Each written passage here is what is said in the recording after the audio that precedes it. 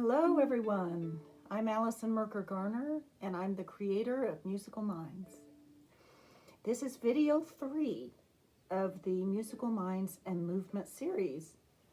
And in this video, we will focus on the things that we introduced in group class and apply them to the instrument in lesson. So to begin with, the preparation, the preparing the mind and the body for lesson can be used. So the things that we did with Brain Gym, like the figure 8, or doing the crossing the legs and crossing the arms and bringing them in, any of the things that help you to prepare for the lesson will also help the child prepare for the lesson. And so that's a good thing to begin with. And then you're ready to pull out something that you did in the last group class, something that you can use and modify to your needs to teach that private student. And that could be technique, it could be expression, it could be musical concepts, it could be any sorts of things. Teaching literature, listening skills, critical listening, theory, reading. So for our purposes today, we're going to focus on the technique end of things. That is limiting because we could also do much more. But for the purposes of this course, we'll just focus on beginning technique, and then I'll refer to how I would teach something like vibrato. That would be considered more advanced. Shifting goes along with that. So let's prepare by taking something from our group class. Let's pretend that we did it last week, and we're going to pull that out and present some technical skill out of that and apply it to the instrument and to playing twinkle. So this would be a pre-twinkle activity using movement. So let's take the process first. I take a tune, a chant, or a movement activity from the group. I then take that, lift it out, and isolate something within that I'm teaching, some objective. I take whatever that is, and if it's technical, it's a movement. So I take that movement away from the instrument. We haven't gotten to the instrument yet. I take that movement as if I'm mimicking it, and I make it exaggerated. It's bigger. I'm using gross motor skills to begin with. And then the last thing I do is narrow it down and put it to the instrument. Without the bow, if we're working on left hand, without the left hand, if we're working just on the bow. And I integrate in that way. So let's take, Who's That? Starts with the perfect fifth. Who's that tapping at my window? Who's that knocking at my door? It's me tapping at my window. It's you knocking at my door. So you can remind the student of the melody, sing it, placing the hands appropriately for the melody and for the rhythm. And once you've reviewed that, Then you can take an element of that tune and use it. In this case, I'm going to take the perfect fifth. I'm teaching a pre-tweakle student, and I want to introduce the idea of A string and E string on the violin. So what does that involve? It involves a string change, doesn't it? So placing the bow on one string and then moving to the adjacent string and then back again. And so getting this motion is what we're after, right? So without the bow, I would do, who's that tapping at my window? Who's that knocking at my door? I was doing the bowing, but it'd be better if you didn't even do that, but just, who's that knocking at my window? Who's that knocking at my door? Just to get this motion. And then you can try it on the shoulder, like I did. Who's that tapping at my window? Who's that knocking at my door? If you want to add a twinkle rhythm to that, Deedle Deedle Dumpling is Mississippi hot dog, or Chattanooga choo choo, or pepperoni pizza. I learned it as taka taka taka. So whatever you normally use for the rhythm, the Suzuki rhythms you can use, but Deedle Deedle Dumpling has that same rhythm. So we can do dum bum bum bum bum bum, stop, prepare, dum dum dum dum dum bum, and again, bum bum bum bum bum bum, stop, prepare, dum dum dum dum dum bum, and then try it on the instrument. Stop, prepare, and do it that way, singing, who's that? I don't know that I can sing that high. It's going to be not so pretty. Let's do it on D.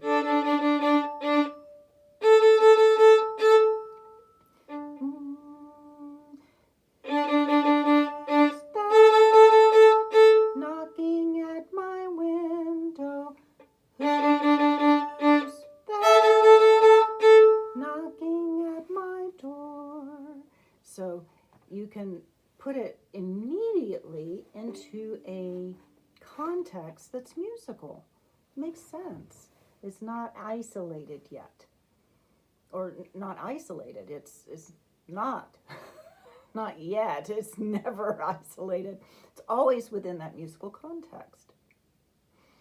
So let's take something else that happens in Twinkle. We have the descending pattern. So do you remember when we did jump, frog, jump, frog, jump? We could say the jump, frog, jumps and sing them and put the hand placement there. Or we could go through the book again, singing it. And then we could do the tune that goes dum, bum, bum, bum, bum, bum, bum, bum, bum, bum, bum, bum, bum, bum, bum, bum, bum, hot cross buns. Which I think everybody knows that. I did not put that in the PDF because I think we all know hot cross buns, but that is that same mi, re, do pattern, and translated to the instrument, it would be 2-1-A or 2-1-D. So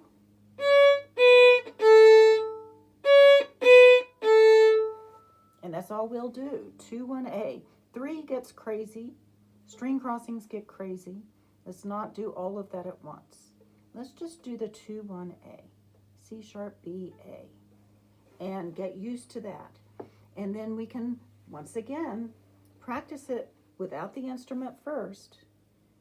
And do hot cross buns, hot cross buns.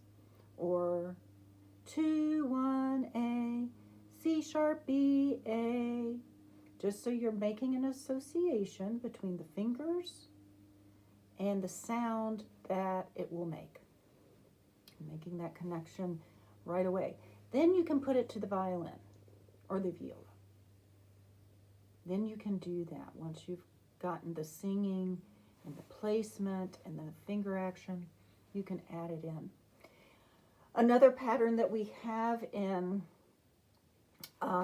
Twinkle is going from E to F sharp back to E, or if you're a violist, A to B back to A, so that placing the one and back. So we can do that and isolate out the part of Naughty Kitty Cat that goes Naughty Kitty Cat, just getting that motion down. We'd start out with the placement. Naughty kitty cat, you are very fat. You have butter on your whiskers, naughty kitty cat. We also have that da-da-dum, that mi-re-do again. So we could have used that instead of hot cross buns, though I use hot cross buns later. So it's a good one. There's not a lot of extraneous stuff to be distracting on that one. But E, F sharp, E. So we could practice that, just singing it. And the student would play, here's Naughty Kitty Cat, you are very fat.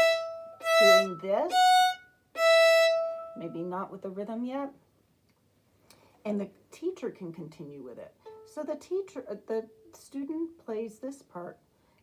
Naughty kitty cat. Well, I did it wrong. Naughty kitty cat, you are very fat. You have butter on. And then the teacher takes over. And if that's confusing, let him do the rhythm.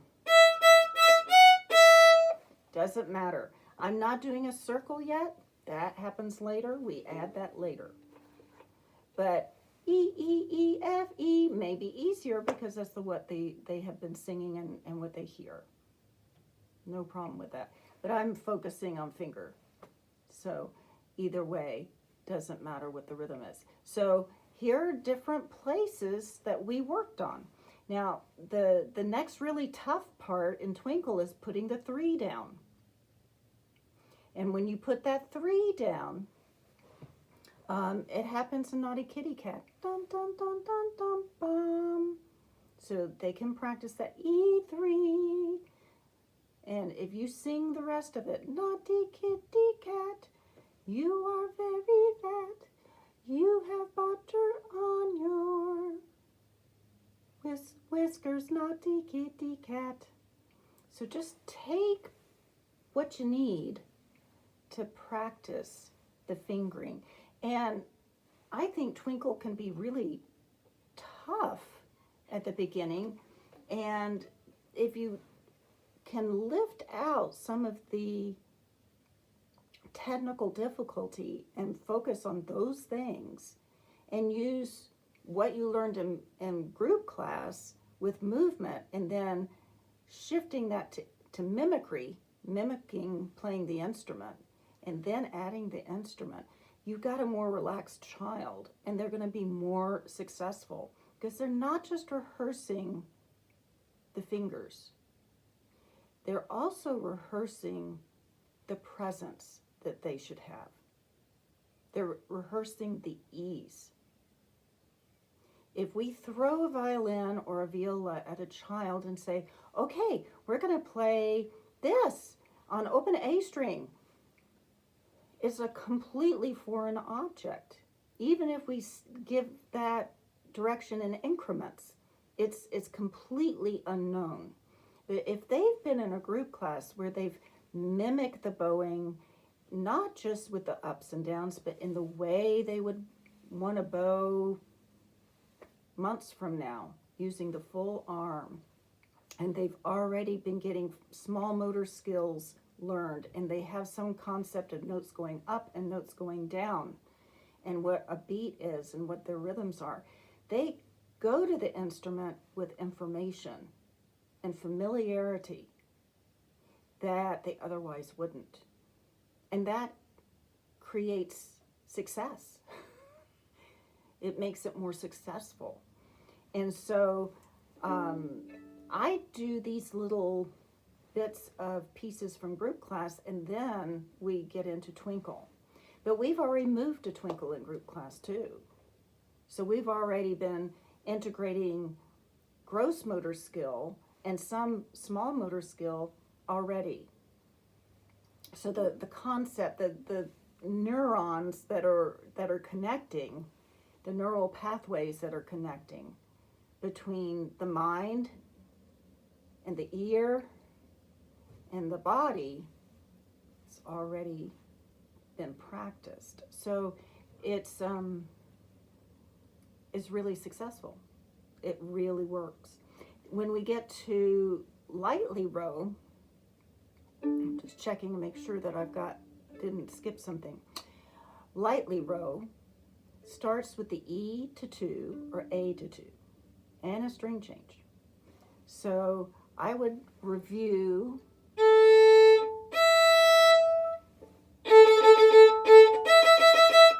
your who's that, and then go backwards.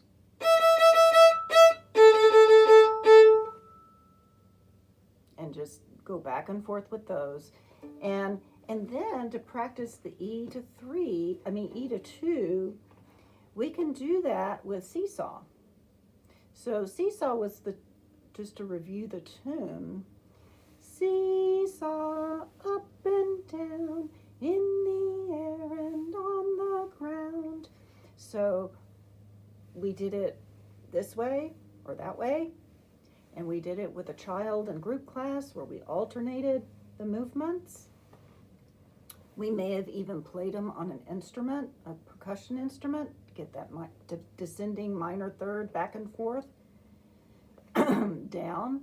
So we've gone at it already with a lot of different movement and sound and mind connection.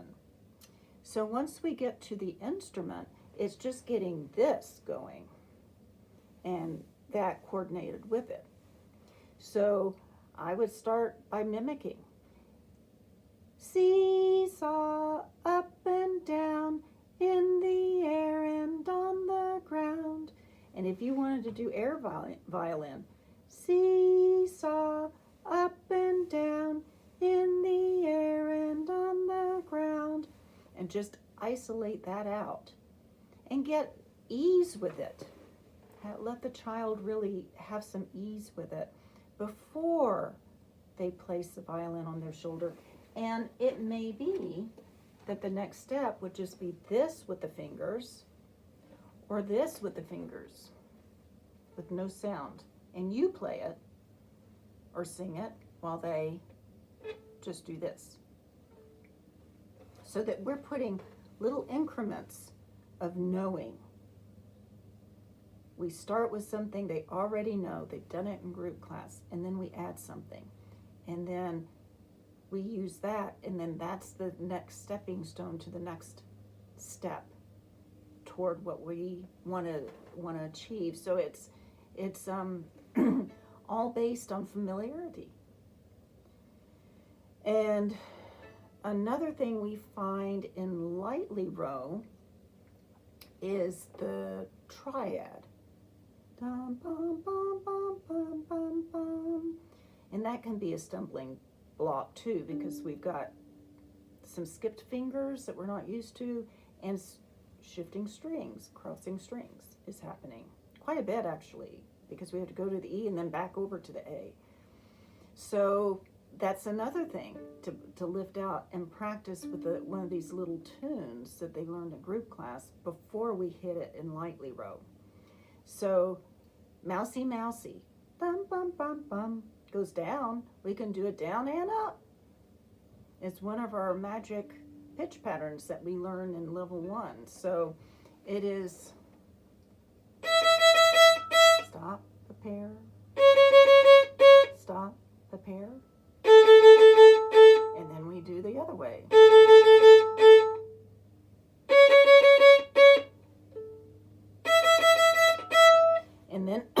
can do it with a rhythm.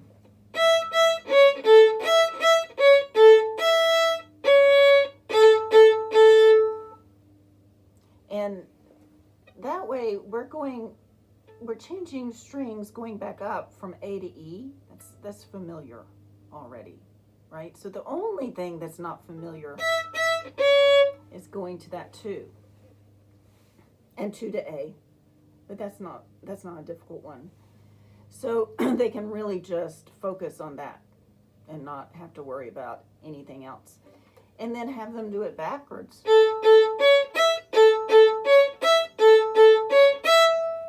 To try it. So we've got both ways that we can use in learning a triad. And then once we've done it this way, we've done it this way, we've done it on all the different ways in group class, it's really learned. It's really learned. It doesn't go by the time we get to the next piece. They know that skill. They'll build on that knowledge. Another thing about this way of teaching means that the kids can go ahead of me. If they are motivated, and they usually are, to pick out the rest of the tune, even though maybe they aren't quite ready for that, or that's a little ahead of the game, it's great because they're successful with that. And they're starting to be practicing on things simpler than the Suzuki pieces, things, the process that they have to use when they get into the Suzuki pieces. It's not the only place they're encountering that now. So I think that is also worth bringing up, because when we're using movement, we're not using just our bodies mindlessly. We're having to listen and respond, and that's a mental process, and we're perceiving, and then we assimilate that, and we integrate it, and then we have a movement response to that. That's really pretty complex, and we're rehearsing that on so many different levels away from the instrument before we ever get to it, so that when we do get to it, we as I said earlier, we bring so much information to what we're doing. And that brings ease. We're not frightened of it or overwhelmed by it. So let's move on to Song of the Wind. So Song of the Wind has that circle, right? And we've practiced the ball throwing, or we've jumped. We've done different things on that rest, so we know there's a rest there. And if we modify that ball throwing example to just doing this, and this is a bigger motion than we need to do, but it's, once again, when I teach a technique, I have it away from the instrument and completely exaggerated. And then we can modify it. But this would be what we do. So I may play Song of the Wind, and every rest they do this with their right arm and get ready for that, so that circle, and then the one that's so quick has to be smaller. And rarely do I say, oh, the second one goes more quickly, so you have to do that faster and smaller. They'll figure it out, and when they figure it out, they remember it better. You know, and so that's another thing that I've observed. I can tell them a lot, and it means nothing unless they tell themselves that. So, hot cross buns. Instead of playing it the way we played it before, let's add a circle.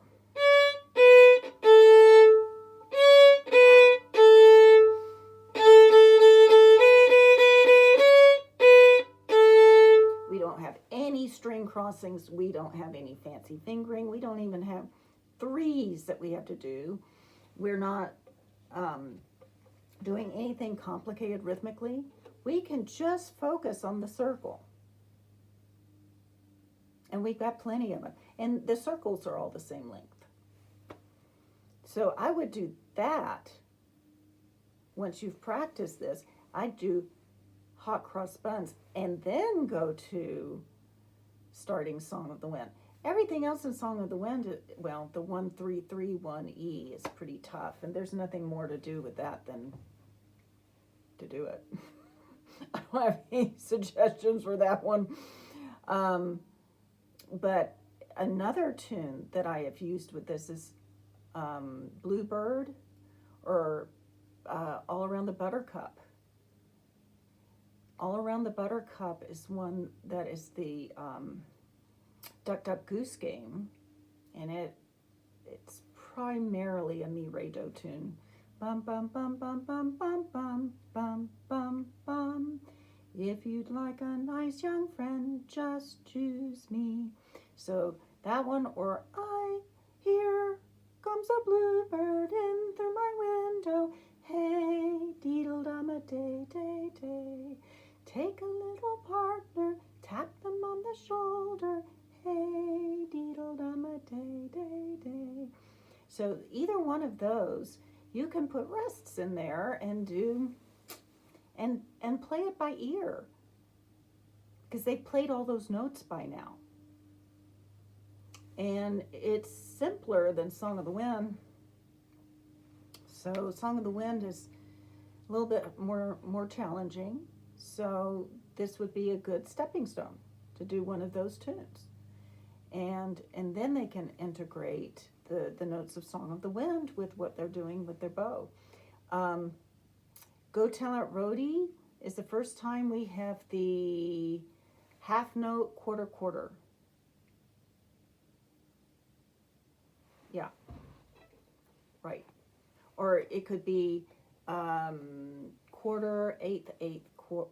Yeah, I think that's how it's written, is in quarters and eighths. But we have a half note at the end. It's a long bow before we circle. So Go Tell It Rhodey. You can mimic the bowing the way I did in the previous video with doing something like ironing. Does anybody iron anymore? I don't know.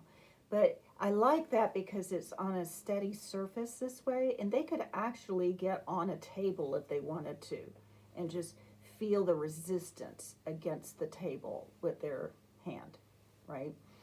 Because it's the resistance I want them to feel. And then they can do it this way. But just to get the sense of not just the motion, but the energy behind the motion. Because when we get to the slow bow, we can practice that. Spreading peanut butter. You know, it's not play, stop. The movement goes straight through, and the sound goes straight through the measure. So in group class for something like Go Tell It Rhodey and Lightly Row, I've done this too. I've done the dowel rods and had the ostinato pattern being something like this. You can have a dancer in the middle, that when the dowels are apart like this, that's when 2 feet can go in. So the dancer, third person, would do step, step, and then 1 foot outside of the center while the dowels are together. So it'd be step, step, step together, step, or dum, bum, step, step, dum, dum, step, dum, bum, step, step, step, step, step, step, wait, step, step, wait. Not used to doing it with my hands, I'm used to doing it with my feet. So you can have that as an accompaniment and have open A and D for a tonal center. That's in half notes. That's your bourdon. And then you can have the rest of the kids playing Lightly Row or playing Go Tell It Rhodey. If they're hearing the rhythm in different parts of the orchestration, that's going to remind them of those half notes. If you got half, half, half on a barred instrument or on open strings, and then the dowel rods are doing dum, bum, hold, dum, bum, hold. You're hearing that, and you're more likely to play in a steady tempo and with the correct rhythm.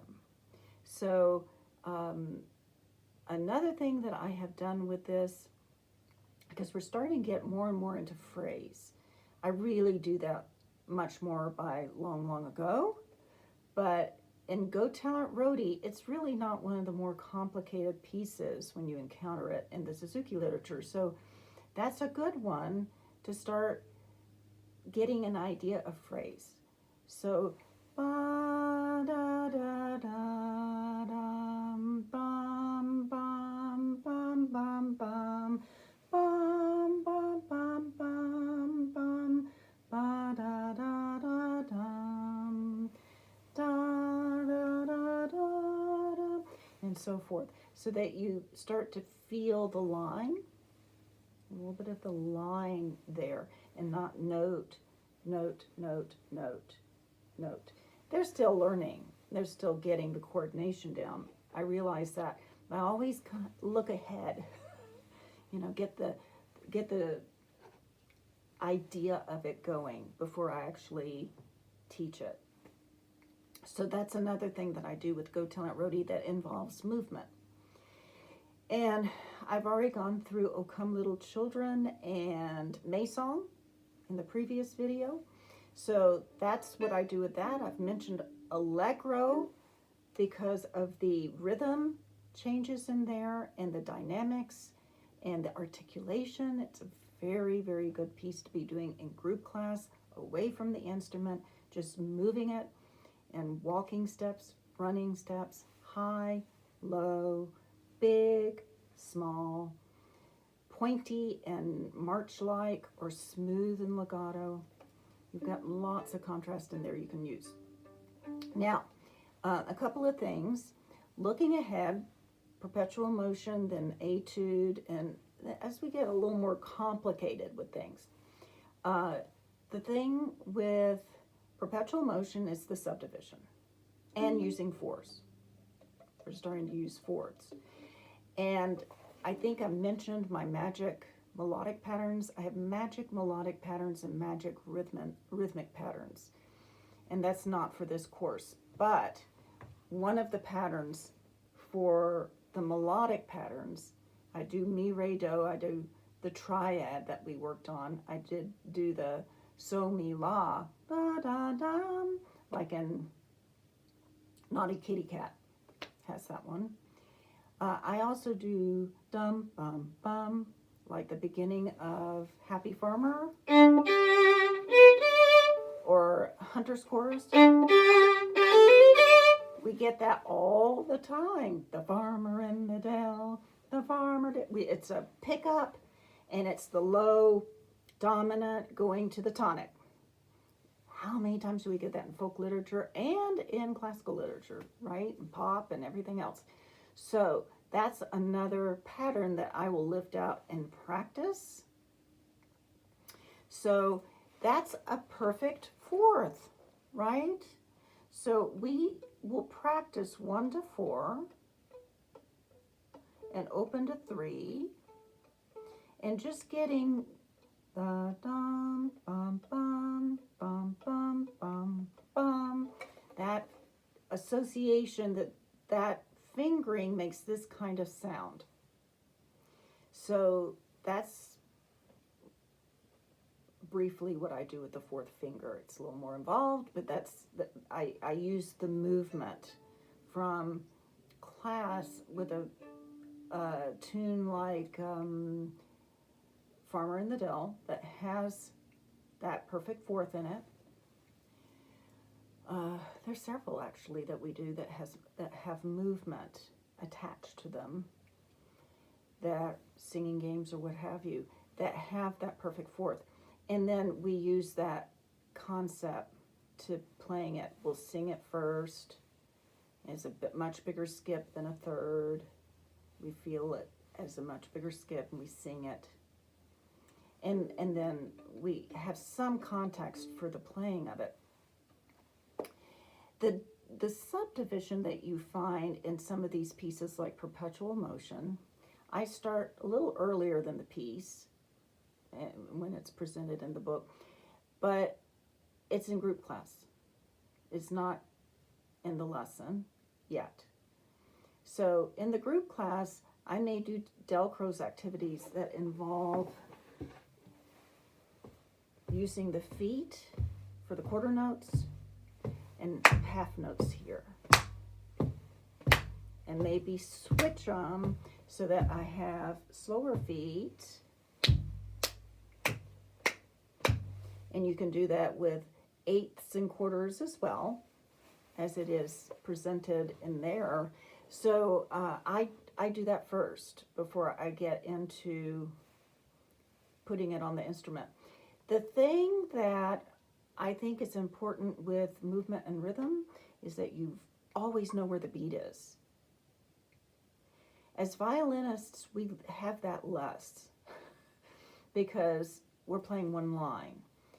But as movement specialists, we can actually have one body part doing the beat while the other body part is doing something else, so that we're always sensing where that beat is. The horse and carriage activity that I do for the dotted rhythm, you know where the beat is and you know where that eighth note comes in between the beats, because you've got it all represented. Same with the prelude in C minor activity, that Chopin.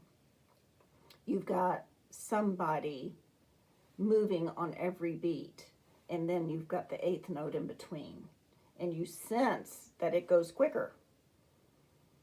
And so that is something that you can do in a movement class away from the instrument that you can't do as easily with the instrument. So when we get into the double notes in Perpetual Motion, it's really intuitive at that point. Before I started using a law of movement, I remember doing kind of thing. And of course, that was the rhythm that they started playing. Right? So that didn't work. So if they already are hearing dum bum bum bum bum bum bum bum. When I was studying with Mr. Gingold, he would have his students march the beat while they played Tchaikovsky Concerto. I remember doing that second page of the first movement of the Tchaikovsky, marching the beat, da da da da da da da da da. It was not my most beautiful playing, but it really did internalize that, you know, not rushing and keeping it really steady. So this is really the same idea, except I'm not asking them to march while they play. That's when they're not playing. So that happens also in etude. And then another thing that's coming up, the violists have already had it, but we violinists don't get it till Minuet 1. That's 3/4 meter. And 3/4 meter can really throw them for a loop. They're miraculous. These kids are miraculous at adding extra beats so that it feels like 4/4 if you haven't been doing the preparation for it. And I prepare for it once again in the group class, but you can do it at the beginning of a lesson for a few weeks before you start that piece. And there's several ways that I teach 3/4 using movement. One is using the voice.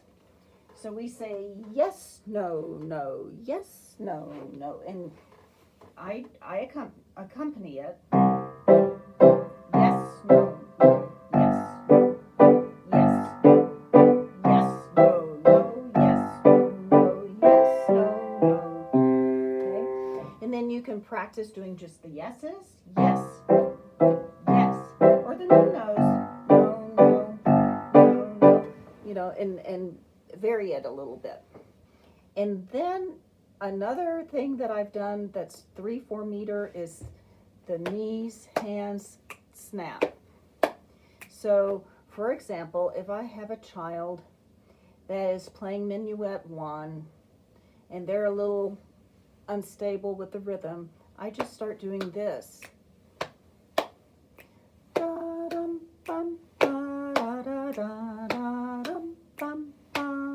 And they just sink right into it. So that's another thing that I have done. Another thing that you can do is when you're working on walking steps, and the children are walking, maybe you're walking right now to my notes, and I'm going to start grouping them in fours.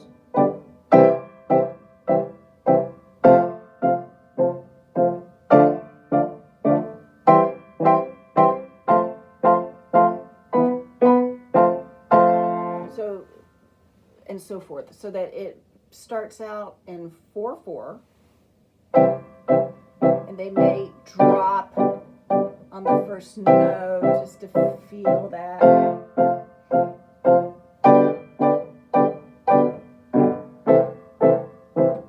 And once they've really established that, then we switch.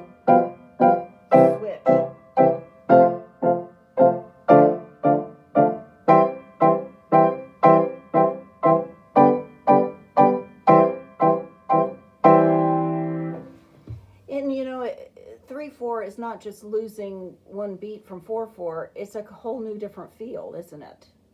Dum, bum, bum, bum. It's this kind of circular feeling, and we don't have that in 4-4. So it's another way that I will have them discover the difference between those rhythms and that meter. So anything else that Happy Farmer, I've already kind of gone into that with that low D, and then we start with the pickup, bum, bum, and so that's that perfect fourth, the dum, bum, bum from Farmer in the Dell. So now looking ahead, as I said before, I've been focusing on beginning movement because that's where you start. You can't start a bunch of 13-year-olds on movement and expect them to do anything. So you start them young. But the older kids have plenty to do. Plenty to do. And just like some of the things that I presented in the second video, in the more advanced violin and viola techniques, we can use what we have learned in the group class. My second level is integrating all that we've learned in book 1 and technique and the listening and the ear training and the audiation and all the concepts and all that is applied toward reading. So when they start to read, they have a lot of information already. They can look at it and read it and sing it and know what that means and the placement of a scale. I do a lot of manipulatives when they're in book 1 so that when they're in book 2, they're used to handling and controlling melodic lines and already are hearing harmonic lines that they can improvise. So all of that kind of stuff just continues to develop. They use their pitch patterns and they use their rhythmic patterns to create new tunes, harmonize to them, to write them down, to make it into a composition. It's all inclusive. When you get into playing level, and we're focusing not on improvisation right now or singing or art or any of those things, when we're looking at technique, I do the same thing with the older kids that I do with the younger kids. I take something that they already know, and we do that with an exaggerated motion away from the instrument. Then we make it smaller, we bring it down a little bit, then maybe do it on the instrument, big to little. And then they can start to develop an understanding of what it's like on here. So let's take one of those. Let's take shifting and vibrato. I'm going to just do both of them because I think they're related. So you can have two different types of vibrato, right? You can have this arm vibrato, or you can do a hand vibrato. You can do both. I check what is natural for the child as to what I teach. So some kids just automatically are doing this kind of stuff, and others are wanting to make it this kind of motion. So that tells me which one to go with them. So for shifting, we have this motion. And I set up shifting in book 2 before we get to any shifts in the pieces, in the Suzuki pieces, by doing 4-note scales. I call them tetrachords. And if you have 2 tetrachords in a row, it's a major scale. So finger pattern, 1, 2, 3, 4. 1, 2, 3, 4. And we do that finger pattern starting on every note on the instrument we can find. If they want to play up in 8th position, they can do that. They don't know what notes they're playing yet. They don't know what key they're playing in yet. They don't know any of that yet. But they're just getting a familiarity. It's almost like they know their instrument all the way down to here, but we've extended this thing with it, and they've got to learn that. So they'll do 1, 2, 3, 4, 1, 2, 3, 4, 1, 2, 3, 4, 1, 2, 3, 4, 1, 2, 3, 4, you know, and they're starting to learn positions and all that stuff. Once they get comfortable with that, we add a shift to it. And shifting is this motion. So they've been doing this since book 1. Now we're reducing that to a specific position. So we go to here, 1 to 1, or 1 2 1, and then back down again. And we do our 1 2 3 4 shift, 1 2 3 4 back, 1 2 1 2 1 2 3 4. You know, and it's because they've got the sound of it already. They know what it's supposed to sound like. They're not scrambling around trying to find the pitch. They can really focus on the movement and getting that down. So they already have, I'll play it. They already have this, right? And then they can do same hand position. No? No, that's not right. That's what I do. I keep the sound the same. That's what I do. 1 2 1 2. And then, right, we can do a new hand position up there. And start introducing new hand positions that way, as well as not just 1 2 3 4 the way we've been doing it. So it's just fluency, physical fluency that I'm after when I do those. That's getting started on the shifting. It's getting started on scales that would shift and would go real high. So it's presented as a, let's see what happens. It's not presented as a, okay, you need to do this, and then I want you to do that, and then you better do it that way. And it's just exploratory at this stage. We get into technique soon enough and doing it correctly. But really, for the most part, they already can do that as they mess with it. So this motion is the beginning of arm vibrato as well. So if you're teaching arm vibrato, I get them doing this without the instrument. All around the buttercup, 1, 2, 3. If you'd like a nice young friend, just choose me. Now, some people find it hard to do it that way, so do it here or here. I don't care. Start wherever you need to start to eventually get it into the position that they'll be using.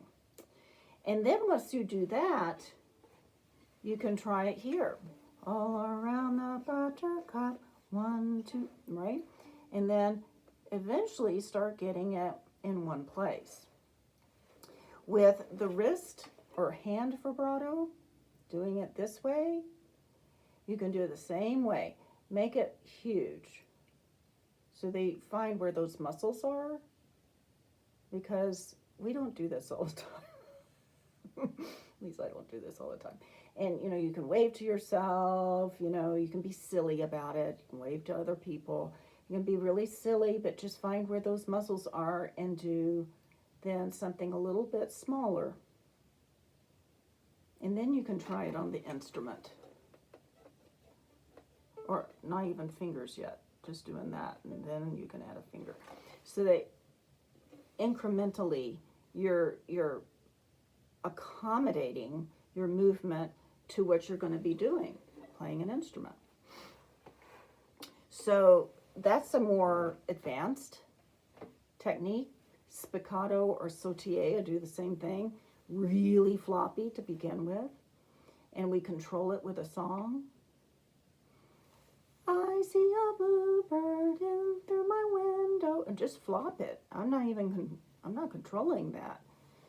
We can control it later, but let's get the ease into it first before we start trying to manipulate. And so same approach. Everything starts with something familiar, and then we add something new gradually until we eventually get it to the instrument. So whenever you're integrating movement for technique specifically, that is the approach I would use and that I suggest you use. So that is,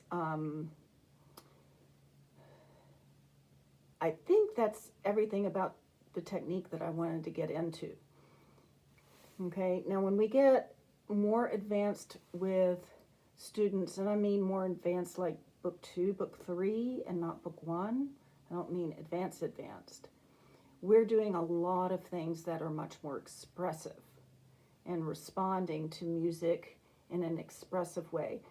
And so you can use movement in many different ways with that. And I've taught a lot of repertoire that way, where I use a bunch of pieces from the classical repertoire, and each piece represents an animal or an emotion or a color.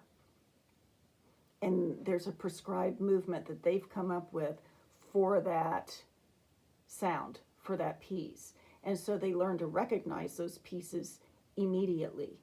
So they develop a repertoire of listening that's outside of what they would be doing in their Suzuki pieces or the little folk songs that we do. So I haven't gotten into all of that because that comes later down the road. But you've got a good start here. So to summarize, when you begin movement in your curriculum, you don't have to change anything. You don't need to go out and get a studio. You do not need to go buy a bunch of stuff. You don't need to memorize a bunch of tunes or activities or anything like that. You can just start by doing a singing game that you know, Ring Around the Rosie. You can start with doing some simple walking steps and running steps, and then maybe adding a half note to long steps. That would be more of a Delcroze approach.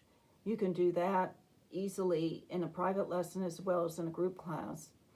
You can learn a tune or two or a chant or two and use them as starting places to introduce things that along the way, as your student develops, that you'll keep going back to.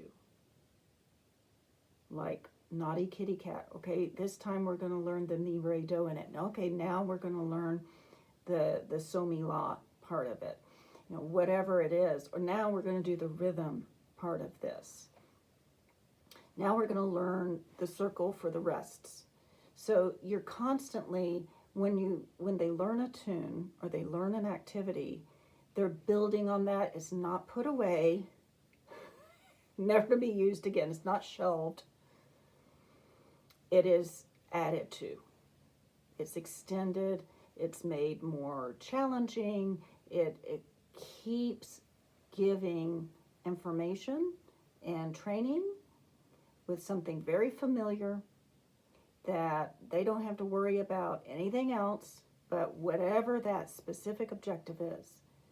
And I find that to be so, so helpful. And if they've moved to all this stuff, which is the whole point of this, then they already have it inside them. They already have a sensory knowledge of it they otherwise would not have. So that completes this course. So I hope that this has been of help to you, and you are welcome to message me or ask any questions or concerns you might have. I'd love to know what you experience. When I've had teachers do this in the past, they've been a little reluctant because it's new, or it's maybe not the way they're used to teaching, and they wind up loving it. They just get so excited about it, and the kids get really excited, and it's no longer a scary thing, but it's an inspiring thing. So I hope you have the same experience. I think you will. So it's been wonderful, and I thank you for taking this course, and I hope to meet you at some point.